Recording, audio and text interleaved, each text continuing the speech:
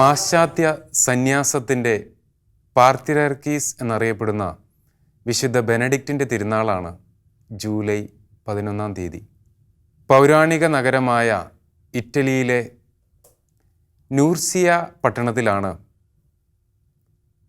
ക്രിസ്തുവർഷം 480 വിശുദ്ധ ബെനഡിക്റ്റ് ഭൂജാതനാകുന്നത്.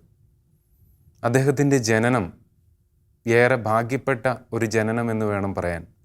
കാരണം ഈ നൂർസിയ പട്ടണം വളരെ പൗരാണികവും അവിടെ സംസ്കാര സമ്പന്നമായ ഒരു ജനതയുടെ സാന്നിധ്യവുമുള്ള സ്ഥലമാണ്.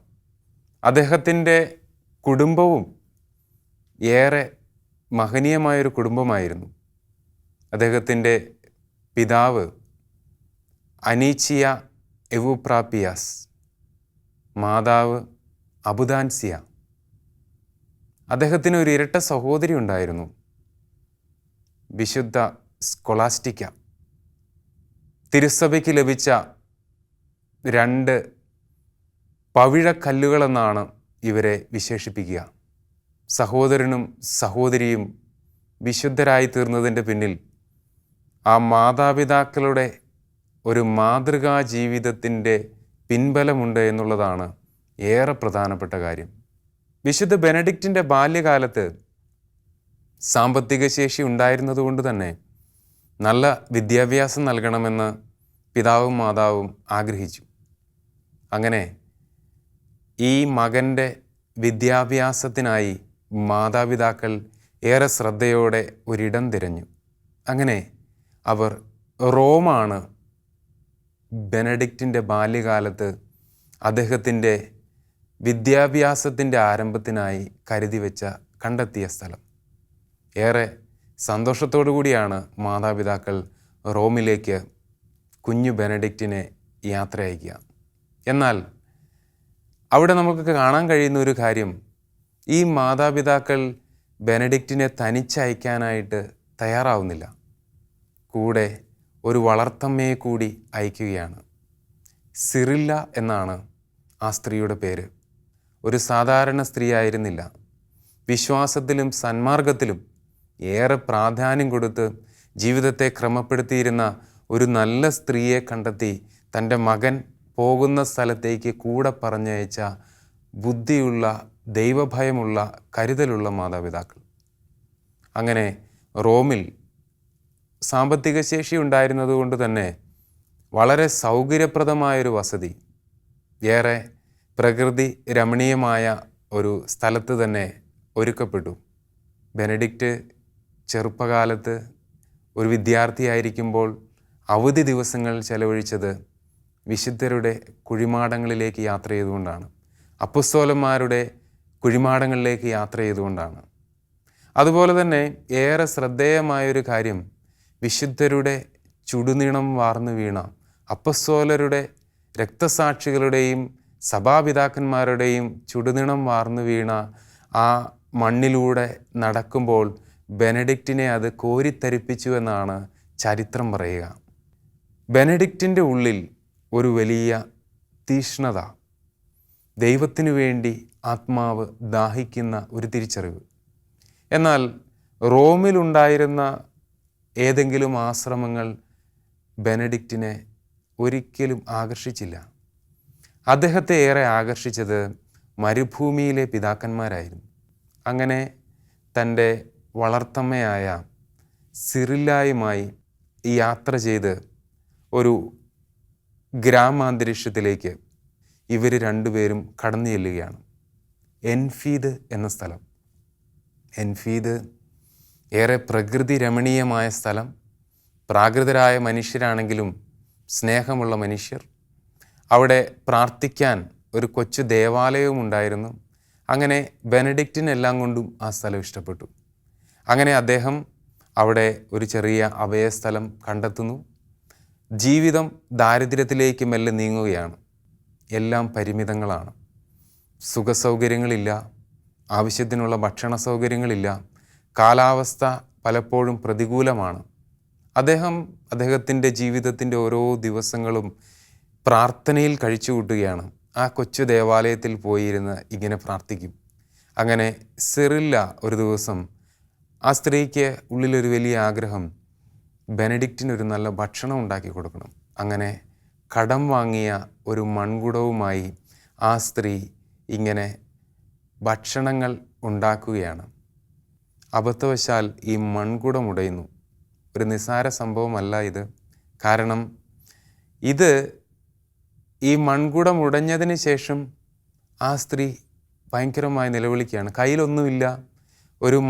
ഒരു മൺകുടം ഇവരുടെ സമ്പാദ്യം കൊണ്ട് വാങ്ങിക്കൊടുക്കുക എന്നുള്ളത് പോലും പ്രയാസകരമായ കാര്യമാണ്. കയ്യിലൊന്നുമില്ല. അങ്ങനെ ഇത് വാങ്ങിയ ആൾക്ക് എങ്ങനെ തിരികെ കൊടുക്കും എന്നുള്ളൊരു വിഷമത്തിൽ ഈ സ്ത്രീ വല്ലാതെ കരയുന്നത് കണ്ട് വിശുദ്ധ ബെനഡിക്റ്റ് ആ ഉടഞ്ഞ മൺകുടം കയ്യിലെടുത്ത് മുറ്റത്ത് മുട്ടുകുത്തി സ്വർഗത്തേക്ക് കണ്ണുകൾ ഉയർത്തി ആശീർവദിച്ച് പ്രാർത്ഥിച്ച സമയം ഉടഞ്ഞ മൺകുടങ്ങൾ, ആ മൺകുടത്തിൻ്റെ ഭാഗങ്ങൾ കൂടിച്ചേർന്ന് പൂർണ്ണ രൂപം പ്രാപിച്ച് അതൊരു പുതിയ മൺകുടമായി മാറി. ഈ കാഴ്ച ഇതാ ഒരു വിശുദ്ധൻ എന്നുള്ള വലിയ ഒരു ശബ്ദ കോലാഹലമായി ആ പരിസരത്ത് മുഴങ്ങി. ചുറ്റി നിന്നിരുന്നവരെല്ലാം ഓടിക്കൂടി, ആൾക്കാർ പരസ്പരം പറയാൻ തുടങ്ങി. അങ്ങനെ അടുത്ത ഒരു പ്രതികൂലതയിലേക്ക് വിശുദ്ധ ബെനഡിക്റ്റായി ചുറ്റും അറിയപ്പെടാൻ തുടങ്ങിയതിൻ്റെ പ്രതികൂലത, അത് അദ്ദേഹത്തിൻ്റെ സ്വൈര്യ ജീവിതത്തെ നശിപ്പിക്കുമെന്ന് കാണുമ്പോൾ അദ്ദേഹം ഒരു തീരുമാനമെടുക്കുകയാണ്, എൻഫീദിൽ നിന്നും പിൻവാങ്ങണം. അങ്ങനെ റോമിൽ നിന്ന് എൻഫീദിൽ നിന്ന് ഒരു രാത്രിയുടെ മറവിൽ തൻ്റെ പ്രിയപ്പെട്ട വളർത്തമ്മയെ ഒന്നും അറിയിക്കാതെ അദ്ദേഹം അവിടെ നിന്ന് ഇറങ്ങിപ്പോവുകയാണ്. സുബയാക്കോ എന്ന് പറയുന്ന ഒരു മലനിര, ഇത് അദ്ദേഹത്തിന് ഏറെ ആകർഷിച്ച ഒരു മലനിരയാണ്. പുറമേ നിന്നുള്ള മനുഷ്യരുടെ സാന്നിധ്യമില്ലാതെയും അദ്ദേഹത്തിന് സമയം ചെലവഴിക്കാൻ പറ്റിയ ഒരു സ്ഥലമായിരുന്നു സുബയാക്കോ. അങ്ങനെ സുബയാക്കോയിൽ അദ്ദേഹം ഒരു പാറയിടുക്ക് കണ്ടെത്തുകയാണ്. അവിടെ ഒരു ഗുഹയിൽ, വെളിച്ചമൊന്നും കടക്കാത്ത ഒരു ഗുഹയിൽ അദ്ദേഹം ഇങ്ങനെ താമസം ആരംഭിക്കുകയാണ്. ചരിത്രം പറയുക, 3 വർഷക്കാലമാണ് വിശുദ്ധ ബെനഡിക്റ്റ് ആ ഗുഹയ്ക്കുള്ളിൽ, സുബയാക്കോയിലെ ഗുഹയ്ക്കുള്ളിൽ കഴിഞ്ഞുകൂട്ടിയത്. കൂടെ അദ്ദേഹത്തിന് ആരുമില്ല, ആത്മീയമായി ഉപദേശിക്കാൻ ഒരു ഗുരുവില്ല, വായിക്കാനായി പുസ്തകങ്ങളില്ല. കയ്യിലുള്ളത് ഒരു മരക്കുരിശ് മാത്രം. ആ കുരിശിൽ നോക്കി ഏറെ സമയം ഇങ്ങനെ ഇരിക്കും. എന്നാൽ അദ്ദേഹത്തിൻ്റെ ഉള്ളിലൂടെ വലിയ സംഘർഷങ്ങൾ കടന്നുപോയി. അത് വലിയ പ്രലോഭനങ്ങളായി പിശാച് മുൻപിലേക്ക് ഇട്ടുകൊടുത്തു. അദ്ദേഹം വന്ന ഭവനം, അവിടെ ആസ്വദിച്ചിരുന്ന സുഖങ്ങൾ, റോമിലെ സുഹൃത്തുക്കൾ, അദ്ദേഹം പാതി വഴിയിൽ ഉപേക്ഷിച്ച പഠനം, ഒരുപക്ഷെ ആ പഠനം തുടർന്നിരുന്നെങ്കിൽ സമൂഹത്തിൽ വലിയൊരാളാകുമായിരുന്നു എന്നുള്ള ഒരു ആഗ്രഹം, അദ്ദേഹത്തിന് ഭക്ഷണത്തോട് അമിതമായ ഭ്രമം തോന്നിയ സമയം, ശരീരത്തിലുണ്ടായ വലിയ പ്രലോഭനങ്ങൾ, ജഡത്തിൻ്റെ മേൽ അദ്ദേഹത്തിനുണ്ടായ വലിയ പ്രലോഭനങ്ങൾ. ഒരു രാത്രി തന്നെ ആ ഗുഹയിൽ നിന്ന് റോമിലേക്ക് തിരിച്ചു പോകാനുണ്ടായ ഒരു പ്രലോഭനം, ജീവിതത്തിൽ ഒരു തവണ മാത്രം കണ്ട ഒരു സ്ത്രീയുടെ ചിത്രം മനസ്സിലേക്ക് കൊണ്ടുവരികയും പിശാച് മനസ്സിൽ വലിയ ആഗ്രഹം ജനിപ്പിച്ച് അദ്ദേഹത്തെ ഈ വലിയ ഇന്ദ്രിയ നിഗ്രഹണത്തിൽ നിന്നും പരിത്യാഗ പ്രവർത്തനയിൽ നിന്നും പിന്തിരിപ്പിക്കാനായി നടത്തിയ ശ്രമങ്ങൾ. അങ്ങനെ നേർക്കുനേർ പിശാചുമായി മല്ലിട്ട 3 വർഷക്കാലം അദ്ദേഹത്തിൻ്റെ ജീവനെ പോലും അപായപ്പെടുത്തുവാനായി പിശാച് നിരന്തരം പരിശ്രമിച്ചിരുന്നു എന്നാണ് ചരിത്രം പറയുക. അങ്ങനെ വിശുദ്ധ ബെനഡിക്റ്റ് പരിത്യാഗത്തിൻ്റെ ഒരു പടി കൂടി കൂട്ടി അദ്ദേഹത്തിൻ്റെ വസ്ത്രങ്ങൾ മാറ്റി അരികിലുണ്ടായിരുന്ന മുൾപടർപ്പിലേക്ക് വീണ് ഉരുണ്ട് ശരീരത്ത് മുറിവുകൾ തീർത്ത് രക്തപങ്കിലമായ ആ ശരീരം അദ്ദേഹം സുഖങ്ങൾക്കല്ല, മറിച്ച് പാപപരിഹാരത്തിനുള്ള ഒരു മാതൃകയാക്കി അദ്ദേഹം ശരീരത്തെ മാറ്റി. എല്ലാ പാപങ്ങൾക്കും പരിഹാരമായി. അദ്ദേഹം ഇങ്ങനെയാണ് പറയുക, അദ്ദേഹത്തിൻ്റെ ആ ശക്തമായ പരിത്യാഗ പ്രവൃത്തിക്ക് ശേഷം പിന്നീട് ഒരിക്കലും ജീവിതത്തിലേക്ക് ജഡത്തിൻ്റേതായ ഏതെങ്കിലും തരത്തിലുള്ള ആഗ്രഹങ്ങൾ കടന്നു വന്നില്ല എന്നാണ് വിശുദ്ധ ബെനഡിക്റ്റ് സാക്ഷ്യപ്പെടുത്തുക. അദ്ദേഹം പതിയെ പതിയെ ചുറ്റുമുള്ളവരുമായി സംഭാഷണത്തിലേർപ്പെട്ടു. അവിടെ വരുന്ന ആട്ടിടയരാണ് ആകെ മലഞ്ചെരുവിലെത്തുക. ആട്ടിടയരുമായിട്ട് സംസാരിച്ചു. അങ്ങനെ അദ്ദേഹത്തെ പതിയെ പതിയെ ജനങ്ങൾ കണ്ടെത്തുകയാണ്. ഒരു ഈസ്റ്റർ ദിവസം ഒരു വൈദികനൊരു ദർശനമുണ്ടാവുകയാണ്. ആ പാറക്കെട്ടിനിടയിൽ ഒരു മനുഷ്യനുണ്ട്, അദ്ദേഹത്തിന് ഭക്ഷണം എത്തിക്കണമെന്ന്. അങ്ങനെ ആ ദർശനത്തെ തുടർന്ന് ഈസ്റ്റർ ദിനം ഉപവസിക്കുകയാണോ എന്ന് ചോദിച്ച് ഒരു വൈദികൻ ഭക്ഷണവുമായി കടന്നു വരികയാണ്. അതൊക്കെ ബെനഡിക്റ്റിനെ അത്ഭുതപ്പെടുത്തിയ കാര്യങ്ങളാണ്. ദൈവം അയക്കുകയാണ് ഈസ്റ്റർ ആഘോഷിക്കാനായി ഒരു വൈദിക സഹോദരനെ. അതിനുശേഷം വിശുദ്ധ ബെനഡിക്റ്റിനെ പലരായി വന്ന് കാണുന്ന സമയങ്ങൾ. അങ്ങനെ തങ്ങളുടെ ആശ്രമത്തിലേക്ക് ക്ഷണിക്കുന്നതിനായി ഒരു മഠാധിപൻ്റെ മരണത്തിന് ശേഷം വിശുദ്ധ ബെനഡിക്റ്റിനെ വിക്കോവറോ എന്ന് പറയുന്ന തൊട്ടടുത്തുള്ള ഒരു ആശ്രമത്തിൻ്റെ അധിപനായി അവർ ക്ഷണിക്കുകയാണ്. വിശുദ്ധ ബെനഡിക്റ്റ് പറഞ്ഞു, ദയവ് ചെയ്ത് എന്നെ അതിൽ നിന്ന് ഒഴിവാക്കണം. എങ്കിലും അവിടുത്തെ സന്യാസിമാരുടെ ഒരാവശ്യമായിരുന്നു വിശുദ്ധ ബെനഡിക്റ്റ് വന്ന് അവരുടെ മഠാധിപനാകണമെന്നുള്ളത്. അങ്ങനെ വിശുദ്ധ ബെനഡിക്റ്റ് വിക്കോവറോ എന്ന് പറയുന്ന ആശ്രമത്തിലേക്ക് കടന്നു ചെല്ലുകയാണ്. വിക്കോവറോ എന്ന സ്ഥലത്തുള്ള ആശ്രമത്തിലേക്ക്. അങ്ങനെ അവിടെ അദ്ദേഹം കർശനമായ നടപടികളെടുക്കുകയും അവിടുത്തെ ആശ്രമവാസികളുടെ ജീവിതത്തിൽ പരിവർത്തനമുണ്ടാകുന്ന തരത്തിലുള്ള ചില നിർദ്ദേശങ്ങൾ നൽകുകയും ചെയ്യുമ്പോൾ അവരൊന്നടങ്കം നിരാകരിക്കുകയാണ്. അവരുടെ സുഖജീവിതത്തിന് ഇദ്ദേഹം ഒരു തടസ്സമാകുമെന്ന് കാണുമ്പോൾ ജീവൻ അപഹരിച്ചേക്കാം എന്നുള്ള ഒരു നീചമായ തീരുമാനത്തിലേക്ക് ആ ആശ്രമവാസികൾ എത്തുകയും അദ്ദേഹത്തിന് വിഷം കലർന്ന ഭക്ഷണം കൊടുക്കുകയും ചെയ്യുകയാണ്. വിശുദ്ധ ബെനഡിക്റ്റ് ഭക്ഷണം ഇങ്ങനെ കുരിശാകൃതിയിൽ ആശീർവദിക്കുന്ന സമയം അത് പൊട്ടി പിളർന്നു പോവുകയാണ്. ആ ഭക്ഷണ പാത്രമാണ് വിശുദ്ധ ബെനഡിക്റ്റിൻ്റെ കുരിശിൻ്റെ ഒരു വശത്ത് ആലേഖനം ചെയ്തിരിക്കുന്നത്.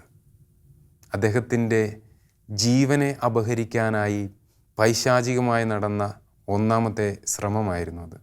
അദ്ദേഹം പറഞ്ഞു, നിങ്ങൾക്ക് എന്നെ ആവശ്യമില്ല എങ്കിൽ ഞാൻ തീർച്ചയായും ഇവിടെ നിന്ന് പോയിക്കൊള്ളാമെന്ന് പറഞ്ഞ് അദ്ദേഹം സുബയാക്കോയിലേക്ക് തിരികെ വരികയാണ്.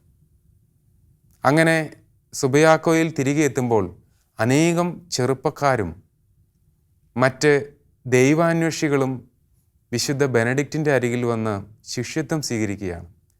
അനേകർ വരുമ്പോൾ അദ്ദേഹം മനസ്സിലാക്കുന്നു, ഇവർക്ക് താമസിക്കാനായി ഒരിടം വേണം, അവരെ ശിഷ്യന്മാരായി സ്വീകരിക്കണം, ഇനിയുള്ള ജീവിതം ദൈവം എന്നിൽ നിന്ന് എന്തോ പ്രതീക്ഷിക്കുന്നുവെന്ന് മനസ്സിലാക്കിയ വിശുദ്ധ ബെനഡിക്റ്റ് അവരെല്ലാം ശിഷ്യരായി സ്വീകരിച്ച് ഇങ്ങനെ ആശ്രമങ്ങൾ ആരംഭിക്കുകയാണ്. ഓരോ മഠത്തിലും 12 പേര് വെച്ച്. അങ്ങനെ അവിടെ ഓരോരുത്തരായി വന്നു ചേർന്ന് കല്ലിലും മരത്തിലും പണിത ആശ്രമത്തിൽ അദ്ദേഹം ഓറ ഇത്ത് ലബോറ എന്ന് പറയുന്ന ഒരു ജീവിതക്രമം രൂപപ്പെടുത്തുകയാണ്. പ്രാർത്ഥനയും ജോലിയും 7 തവണ ദിവസത്തിൽ അവർ ഒരുമിച്ച് ചേരും. ബെനഡിക്റ്റൻ ചാൻസ്, അതായത് ബെനഡിക്റ്റൻ ആശ്രമങ്ങളിൽ ഉയർന്നു വന്ന പ്രാർത്ഥനകൾ സഭയുടെ വലിയ മുതൽക്കൂട്ടാണ്. നമുക്കൊക്കെ സുപരിചിതമാണ് അവരുടെ സങ്കീർത്തനാലാപനങ്ങൾ. ഓരോ മണിക്കൂറിനെയും വിശുദ്ധീകരിച്ചുകൊണ്ടുള്ള ശക്തമായ ദൈവാശ്രയ ബോധത്തിലുള്ള പ്രാർത്ഥനാ സമ്പ്രദായം. അങ്ങനെ ജീവിതം മുന്നോട്ട് പോകുമ്പോൾ വീണ്ടും മറ്റൊരു തീരുമാനത്തിലേക്ക് വിശുദ്ധ ബെനഡിക്റ്റ് എത്തുകയാണ്. അദ്ദേഹത്തിൻ്റെ ഈ ആശ്രമ ജീവിതത്തിന് പരിശുദ്ധ സിംഹാസനത്തിൻ്റെ അംഗീകാരം വേണം. അദ്ദേഹം റോമിലേക്ക് വരികയാണ്. 2 വർഷക്കാലം അദ്ദേഹം അവിടെ താമസിച്ച് അനേകം ആത്മീയ നന്മകൾ ആ പ്രദേശത്ത് ഉണ്ടാക്കി, അനേകരെ ശിഷ്യപ്പെടുത്തി, അനേകരെ വിശ്വാസത്തിലേക്ക് നയിച്ച്, ഒരുപാട് അത്ഭുതങ്ങളും അടയാളങ്ങളും അവിടെ സംഭവിച്ച് അനേകം പേർക്ക് വിശ്വാസത്തിൻ്റെ വലിയ ഒരു മാതൃകയായി വിശുദ്ധ ബെനഡിക്റ്റ് റോമിൽ കഴിച്ചുകൂട്ടി. പരിശുദ്ധ സിംഹാസനത്തിൽ നിന്ന് വേണ്ട അംഗീകാരവും അവരുടെ ഈ പുതിയ ജീവിതക്രമത്തിന് ലഭിച്ചു. അങ്ങനെ അദ്ദേഹം തിരിച്ച് സുബയാക്കോയിലേക്ക് വരുമ്പോൾ അവിടുത്തെ സ്ഥിതി നമ്മൾ പറഞ്ഞു വരിക, അദ്ദേഹത്തിൻ്റെ ജീവിതത്തിൻ്റെ നേട്ടങ്ങളും ഒരുപക്ഷെ ആത്മീയ നന്മകളും എന്ന് പറയുമ്പോൾ അതിൻ്റെ മറുപുറം പിശാചിൻ്റെ ആക്രമണങ്ങളാണ്. അദ്ദേഹത്തെ അപകീർത്തിപ്പെടുത്തുവാനും ഒരുപക്ഷെ സ്ത്രീകളുമായി ചേർത്ത് സംസാരിക്കുവാനും അവരുടെ ആശ്രമത്തിലേക്ക് അവരെല്ലാം നശിപ്പിക്കുന്നതിനായി സ്ത്രീകളെ പറഞ്ഞു വിടുമായിരുന്നു. ഒരിക്കൽ അവിടെയുള്ള ഒരു വൈദിക സഹോദരൻ തന്നെ വലിയ അസൂയ വിശുദ്ധ ബെനഡിക്റ്റിൻ്റെ മേലുണ്ടായി. കാരണം പള്ളിയിലേക്കല്ല ആശ്രമത്തിലേക്കാണ് ജനങ്ങൾ വരിക. അത് വലിയ അസൂയ ഉളവാക്കി. അങ്ങനെ വിശുദ്ധ ബെനഡിക്റ്റിൻ്റെ ജീവൻ അപഹരിക്കാനായി വിഷം കലർത്തിയ ഒരപ്പം ഈ നീചമെന്ന് പറയുന്ന ഈ പ്രവൃത്തി ചെയ്തത് മറ്റൊരു വൈദികനാണെന്നുള്ളത് സങ്കടകരമായ കാര്യമാണ്. അങ്ങനെ കൊടുത്തുവിടുകയാണ്. ഇത് വിശുദ്ധ ബെനഡിക്റ്റ് കരങ്ങളെടുക്കുമ്പോൾ ദൈവം ഒരു മലങ്കാക്കയെ അയച്ച് അദ്ദേഹത്തിൻ്റെ കരങ്ങളിൽ നിന്ന് ഈ അപ്പം എടുക്കപ്പെടുകയാണ്. ഈ സംഭവമാണ് വിശുദ്ധ ബെനഡിക്റ്റൻ ക്രോസിൻ്റെ ഒരു സൈഡിലായി വിശുദ്ധ ബെനഡിക്റ്റിൻ്റെ രൂപത്തോട് ചേർന്ന് ആലേഖനം ചെയ്യപ്പെട്ടിരിക്കുന്ന ഒരു കാക്കയുടെ രൂപം. അദ്ദേഹത്തിനെതിരെ വന്ന പൈശാചിക ആക്രമണങ്ങൾ, ഒരുപക്ഷെ ജീവനെ നശിപ്പിക്കാൻ തരത്തിലുള്ള പിശാചിൻ്റെ പ്രവൃത്തികളെ ദൈവം അത്ഭുതകരമായ രീതിയിൽ ചെറുത്ത് തോൽപ്പിച്ചതിൻ്റെ ഓർമ്മപ്പെടുത്തലും ആലേഖനങ്ങളുമാണ് ആ ബെനഡിക്റ്റൻ ക്രോസ് മുഴുവനും. അങ്ങനെ വിശുദ്ധ ബെനഡിക്റ്റ് ഒരു കാര്യം മനസ്സിലാക്കുകയാണ്. സുബയാക്കോയിലെ പ്രിയപ്പെട്ട സഹോദരങ്ങൾക്ക് വിശുദ്ധ ബെനഡിക്റ്റിൻ്റെ സാന്നിധ്യം ഒരു വെല്ലുവിളിയാകുന്നു എന്ന് അദ്ദേഹം മനസ്സിലാക്കുകയാണ്. വിശുദ്ധ ബെനഡിക്റ്റിനോട് ചുറ്റുപ്രദേശങ്ങളിലുള്ള സഹവൈദികരടക്കമുള്ളവരുടെ വലിയ അസൂയ നിമിത്തം ഈ സഹോദരങ്ങൾ കൂടി അതിനകത്ത് വിഷമം അനുഭവിക്കേണ്ടി വരുന്നുവെന്ന് കരുതുമ്പോൾ അദ്ദേഹം അവിടെ നിന്നും പിൻവാങ്ങാൻ തീരുമാനമെടുക്കുകയാണ്. ജീവിതത്തിലെ മറ്റൊരു പിൻവാങ്ങൽ കൂടി. അദ്ദേഹം മോന്തെ കസീനോ എന്ന് പറയുന്ന മലനിരയിലേക്ക് യാത്രയാവുകയാണ്. അവിടെ ഒരു പുതിയ ചേക്കേറൽ. മോന്തെ കസീനോ ബെനഡിക്റ്റൻ സന്യാസ സമൂഹത്തിൻ്റെ കേന്ദ്രമായി പിൽക്കാലത്ത് മാറിയ മോന്തെ കസീനോ ആശ്രമം, ഏറെ അത്ഭുതങ്ങൾക്ക് സാക്ഷ്യം വഹിച്ച ആശ്രമം. അത് പണിയുമ്പോൾ തന്നെ വിശുദ്ധ ബെനഡിക്റ്റ് പ്രവചിച്ചു, 3 തവണ ഇത് തകർക്കപ്പെടും, 3 തവണയും ഇത് പുനരുദ്ധരിക്കപ്പെടും. അത് സംഭവിക്കുക തന്നെ ചെയ്തു. അങ്ങനെ വിശുദ്ധ ബെനഡിക്റ്റ് അവിടെ വന്നു ചേർന്ന പുതിയ സന്യാസ സഹോദരങ്ങൾ, ചെറുപ്പക്കാരായിട്ടുള്ളവർ, അദ്ദേഹത്തിൻ്റെ ശിഷ്യത്വം സ്വീകരിക്കാൻ വന്നിട്ടുള്ളവർ എല്ലാവരുമായി ചേർന്ന് വീണ്ടും ആശ്രമത്തിൻ്റെ പണി ആരംഭിക്കുകയാണ്. ഇവരുടെ പണിയെന്ന് പറയുമ്പോൾ വൈദഗ്ധ്യം നിറഞ്ഞ പണിയൊന്നുമല്ല. അവർക്ക് ഈ കെട്ടിട നിർമ്മാണം അത്ര വശമുള്ള കാര്യവുമല്ല. അതുകൊണ്ട് തന്നെ പണിത കെട്ടിടങ്ങൾ പൊളിഞ്ഞു വീഴുന്നത് സാധാരണമായിരുന്നു. കല്ലും മരവും ഉപയോഗിച്ച് അവർ ഇങ്ങനെ ആശ്രമത്തിൻ്റെ ഭിത്തി പണിയുന്ന സമയം അത് ഇടിഞ്ഞു വീണ് ഒരു യുവ സന്യാസി മരണപ്പെടുകയാണ്. ചുറ്റും നിന്നവരെല്ലാം ഏറെ സങ്കടത്തിലായി. രക്തത്തിൽ കുളിച്ച ഈ യുവ സന്യാസിയുടെ ശരീരം ഒരു തുണിയിൽ പൊതിഞ്ഞ് വിശുദ്ധ ബെനഡിക്റ്റിൻ്റെ അടുത്തേക്ക് കൊണ്ടുവരുമ്പോൾ അദ്ദേഹം മറ്റുള്ളവരോട് പറഞ്ഞു, നിങ്ങൾ ദയവ് ചെയ്തു പോയി നിങ്ങളുടെ പണി തുടരുക. അങ്ങനെ അദ്ദേഹം പണി തുടരുന്ന സമയത്ത് ഒരു വലിയ അത്ഭുതത്തിന് ആ ആശ്രമം സാക്ഷ്യം വഹിക്കുകയാണ്. തുണിയിൽ പൊതിഞ്ഞു കെട്ടി അവർ കൊണ്ടുവച്ച മൃതശരീരത്തിൻ്റെ മറ്റൊരു മാറ്റം അവർ കാണുകയാണ്. ഇവർ പണിതുകൊണ്ട് നിൽക്കുന്നതിൻ്റെ തൊട്ടപ്പുറത്തായി ആ സഹോദരൻ പണി തുടരുകയാണ്. മരിച്ചവരെ ഉയർപ്പിച്ച വിശുദ്ധ ബെനഡിക്റ്റ് അനേകം അത്ഭുതങ്ങൾക്ക് ആ പ്രദേശം പറഞ്ഞാൽ തീരാത്തത്ര അത്ഭുതങ്ങളാണ് ഒന്നിനു പുറകെ ഒന്നായി അദ്ദേഹം ചെയ്തുകൊണ്ടിരുന്നത്. പരഹൃദയജ്ഞാനം. ചുറ്റുമുണ്ടായിരുന്ന സന്യാസിമാർ എന്തെങ്കിലും കള്ളത്തരങ്ങൾ കാണിക്കുമ്പോൾ ഏറെ ഭയപ്പെടണമായിരുന്നു. കാരണം ഒരിക്കൽ പുറത്തുപോയി ഭക്ഷണം കഴിച്ചു വരുന്ന സന്യാസിമാർ, അവർക്കൊരു നിയമമുണ്ട്, ഒരു കാരണവശാലും പുറത്തുനിന്ന് സുഹൃത്തുക്കളുടെ ഒരു തരത്തിലുള്ള സൽക്കാരവും സ്വീകരിക്കാൻ പാടില്ല എന്ന്. അങ്ങനെ അവർ പുറത്തുനിന്ന് ഭക്ഷണം കഴിച്ചു വരുമ്പോൾ വിശുദ്ധ ബെനഡിക്റ്റ് ചോദിക്കുന്നതാണ്, കൃത്യമായി അവർ കഴിച്ച ഭക്ഷണത്തിൻ്റെ കണക്ക് അവരോട് പറയുകയാണ്. അതുപോലെ മറ്റൊരു സന്യാസിനിമാരുടെ ആശ്രമത്തിൽ പോയി ആതിഥ്യമൊക്കെ സ്വീകരിച്ച് തിരിച്ചു വരുമ്പോൾ അവിടുന്ന് സമ്മാനമായി ലഭിച്ച കുറച്ച് തൂവാലകൾ ഈ സന്യാസിമാർ അവരുടെ വസ്ത്രത്തിൻ്റെ ഉള്ളിൽ ഒളിപ്പിച്ചു വെക്കുകയാണ്. സമ്മാനം കിട്ടിയാൽ അത് ആശ്രമത്തിൽ ഏൽപ്പിക്കണമെന്നാണ്. എന്നാൽ അവരത് ഒളിപ്പിച്ചു വെക്കുമ്പോൾ വിശുദ്ധ ബെനഡിക്റ്റ് ചോദിക്കുകയാണ്, എപ്പോഴാണ് നിങ്ങളുടെ വസ്ത്രത്തിൻ്റെ ഉള്ളിൽ പിശാച് പ്രവേശിച്ചത്? നിങ്ങൾ ആ തൂവാല വാങ്ങുന്ന സമയം ഞാൻ അവിടെ ഉണ്ടായിരുന്നു എന്നുള്ളത് നിങ്ങൾ അറിയുന്നില്ലേ? അദ്ദേഹം മറ്റുള്ളവരുടെ ഉള്ള് കണ്ടിരുന്നു എന്നുള്ളതാണ്. ഒരു സന്യാസി അടുത്ത് നിന്ന് അദ്ദേഹത്തിന് ശുശ്രൂഷ ചെയ്യുന്ന സമയം അദ്ദേഹത്തിൻ്റെ ഉള്ളിൽ ഇങ്ങനെ ചിന്തിക്കുകയാണ്, ഞാൻ കുലീനമായൊരു കുടുംബത്തിൽ ജനിച്ച ഒരാൾ, ഒരു ദാസനെ പോലെ വിശുദ്ധ ബെനഡിക്റ്റിന് ശുശ്രൂഷ ചെയ്യേണ്ട ഗതികേട് എനിക്കുണ്ടോ എന്ന് മനസ്സിൽ ചോദിക്കുമ്പോൾ വിശുദ്ധ ബെനഡിക്റ്റ് ആ സഹോദരനോട് ആവശ്യപ്പെടുകയാണ്, നീ ഇപ്പോൾ തന്നെ നിൻ്റെ ഹൃദയത്തിൽ കുരിശു വരയ്ക്കുക. നിൻ്റെ ഉള്ളിലൂടെ കടന്നു പോകുന്ന ചിന്തകൾ അധമമാണ്.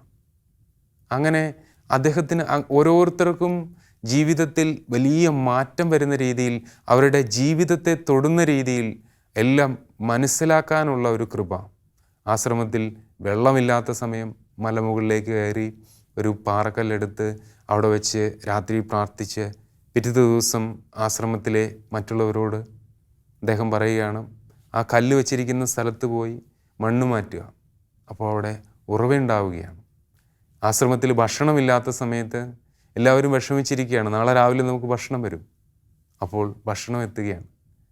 ഇത് ചില ഭൗതികമായ കാര്യങ്ങളെന്ന് പറയുമ്പോൾ വിശുദ്ധ ബെനഡിക്റ്റിനെ തിരുസഭയുടെ ഭൂതോച്ചാടകരുടെ മധ്യസ്ഥനായി, അദ്ദേഹത്തിൻ്റെ മധ്യസ്ഥത നിറഞ്ഞ കുരിശ്, ബെനഡിക്റ്റൈൻ ക്രോസ് എന്ന് പറയുമ്പോൾ വിശുദ്ധ ബെനഡിക്റ്റ് ഉപയോഗിച്ചിരുന്ന കുരിശെന്നല്ല അർത്ഥം. അത് അദ്ദേഹത്തിൻ്റെ മധ്യസ്ഥം നിറഞ്ഞിരിക്കുന്ന കുരിശെന്നാണ് അർത്ഥം. അതിൽ ആലേഖനം ചെയ്തിരിക്കുന്നതെല്ലാം വിശുദ്ധ ബെനഡിക്റ്റിൻ്റെ കുരിശ്. പിന്നെ അതിലെഴുതിയിരിക്കുന്ന ലാറ്റിൻ ഭാഷയുടെ ചെറിയ ചുരുക്കെഴുത്തുകളെല്ലാം ഭൂതോച്ചാടനം, പിശാചിനെ ബഹിഷ്കരിക്കുന്ന പ്രാർത്ഥനകളാണ്. അതിൻ്റെ മുകളിലായി എഴുതിയിരിക്കുന്നു സമാധാനമാണ്. അങ്ങനെ വിശുദ്ധ ബെനഡിക്റ്റ് പിശാചുമായി നേരിട്ട് പടവെട്ടിയ വിശുദ്ധ ബെനഡിക്റ്റായി മാറി. അദ്ദേഹത്തിൻ്റെ മുറിയിൽ നിന്ന് പുറത്തേക്ക് ബഹളം കേൾക്കാമായിരുന്നു, പിശാചു വന്ന് ഒച്ച വെക്കുമായിരുന്നു, അദ്ദേഹത്തെ നേരിട്ട് ആക്രമിക്കുമായിരുന്നു, പല രൂപത്തിൽ പ്രത്യക്ഷപ്പെടുമായിരുന്നു, അദ്ദേഹത്തിൻ്റെ ജീവൻ അപഹരിക്കാനുള്ള വിവിധ ശ്രമങ്ങൾ നടത്തുമായിരുന്നു. എന്നാൽ പിശാചിനോട് നേരിട്ട് പടവെട്ടിയ ഒരു പോരാളി. അങ്ങനെ ചരിത്രത്തിൽ തിരുസഭയുടെ വിശ്വാസ യാത്രയിൽ വിശുദ്ധ ബെനഡിക്റ്റിൻ്റെ ആത്മീയതയും വിശുദ്ധ ബെനഡിക്റ്റിൻ്റെ കുരിശും ഒരു വലിയ അഭയകേന്ദ്രമായി, ഒരു വലിയ സംരക്ഷണ കവചമായി മാറിയെന്നുള്ളതാണ് സത്യം. വിശുദ്ധ ബെനഡിക്റ്റിൻ്റെ സഹോദരി സ്കൊളാസ്റ്റിക്ക, ആ സഹോദരിയാണ് സന്യാസിനിമാരുടെ ആശ്രമത്തിൻ്റെ ആദ്യത്തെ അംഗം. വിശുദ്ധയാണ്. സഹോദരൻ പോയ അതേ വഴിയെ വിശുദ്ധയായി സഞ്ചരിച്ചു. വിശുദ്ധ ബെനഡിക്റ്റ് സ്ഥാപിച്ച ബെനഡിക്റ്റൈൻ സഭ അനേകം വിശുദ്ധരെ തിരുസഭയ്ക്ക് സമ്മാനിച്ച ഒരു മഹനീയമായ ആത്മീയ കോട്ടയായി മാറി. അങ്ങനെ വിശുദ്ധ ബെനഡിക്റ്റ് അദ്ദേഹത്തിൻ്റെ ജീവിതം മുഴുവനും ഈ സന്യാസിമാരെ രൂപപ്പെടുത്തുന്നതിനും തിരുസഭയ്ക്ക് ഒരു പുതിയ വിശ്വാസക്രമം നൽകുന്നതിനും അദ്ദേഹം ചെലവഴിച്ചു.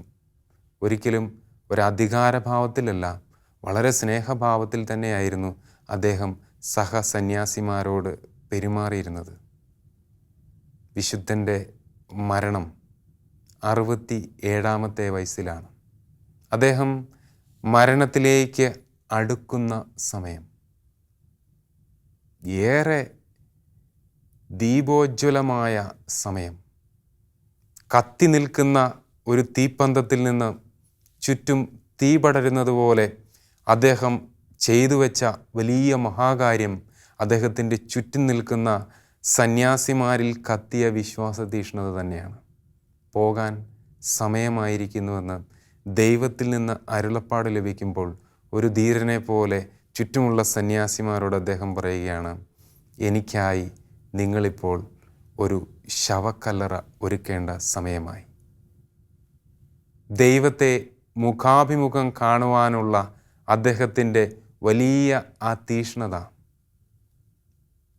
ഒരു പതർച്ചയോ സങ്കടമോ കൂടാതെ അദ്ദേഹം ഈ ലോകത്ത് നിന്ന് ഈ യാത്ര പറയുന്നതിന് എത്രയോ നാളുകൾക്ക് മുൻപ് തന്നെ ചുറ്റുമുള്ളവരെ അദ്ദേഹം ഒരുക്കി. അങ്ങനെ ഈ ലോകത്ത് നിന്ന് ദൈവത്തിൻ്റെ കരം പിടിച്ച് ഭൂമിയിൽ ജീവിക്കുകയും പിശാചിനെതിരെ ദൈവാശ്രയബോധത്താൽ വാളെടുക്കുകയും ആ ആത്മീയ പോരാട്ടത്തിൽ, അദൃശ്യ പോരാട്ടത്തിൽ വിജയം വരിക്കുകയും സ്വർഗത്തിലിരുന്ന് നിരന്തര മാധ്യസ്ഥമായി വിശുദ്ധ ബെനഡിക്റ്റിൻ്റെ ലോക്കറ്റോ അദ്ദേഹത്തിൻ്റെ മധ്യസ്ഥതം നിറഞ്ഞ കുരിശോ ഉപയോഗിക്കുന്ന സ്ഥലങ്ങളിൽ പിശാച് ഭയന്നോടുന്ന പ്രതീകമായി അദ്ദേഹം മാറുകയും ചെയ്ത വലിയ മഹാത്ഭുതം അത് തിരുസഭ ഇന്നും അനുഭവിച്ചുകൊണ്ടിരിക്കുകയാണ്. തീർച്ചയായും വിശുദ്ധ ബെനഡിക്റ്റിൻ്റെ മധ്യസ്ഥം വ്യത്യസ്തമായ രീതികളിൽ നമ്മൾ അനുഭവിക്കുകയാണ്. അദ്ദേഹത്തോട് പ്രാർത്ഥിക്കുന്നതിനായി നമുക്ക് ലഭിച്ചിരിക്കുന്ന മെഡല്, കുരിശ്, അതൊക്കെ അതിൽ ആലേഖനം ചെയ്തിരിക്കുന്നത് എക്സോസിസം പ്രെയറാണ്. പിശാചിനെ ബഹിഷ്കരിക്കുന്ന പ്രാർത്ഥനയാണ്. ദൈവമാണ് എൻ്റെ പ്രകാശമെന്നും പിശാചെ നിൻ്റെ വിഷം നീ തന്നെ കുടിക്കുക എന്നും നീ നിത്യനരകാഗ്നിയിലേക്ക് ഓടിപ്പോയിക്കൊള്ളുക എന്നുമൊക്കെ അതിൽ ആലേഖനം ചെയ്തിരിക്കുന്നു. വിശുദ്ധ കുരിശാകട്ടെ നമ്മളുടെ പ്രകാശം. വിശുദ്ധ ബെനഡിക്റ്റിൻ്റെ മാധ്യസ്ഥം നമുക്ക് നിരന്തര സഹായമാകട്ടെ. ഈ ഭൂമിയിലുള്ള അദൃശ്യ പോരാട്ടത്തിൽ ജഡത്തെയും ജഡമോഹങ്ങളെയും ലോകത്തെയും ലോകത്തിൻ്റെ ആശകളെയും നമുക്ക് പടവെട്ടി ജയിക്കുന്നതിന് വിശുദ്ധ ബെനഡിക്റ്റിൻ്റെ ശക്തമായ സാന്നിധ്യവും അദ്ദേഹത്തിൻ്റെ ശക്തമായ മാധ്യസ്ഥവും തിരുസഭയ്ക്കും നമുക്ക് ഓരോരുത്തർക്കും തുണയാകട്ടെ. ആമേൻ.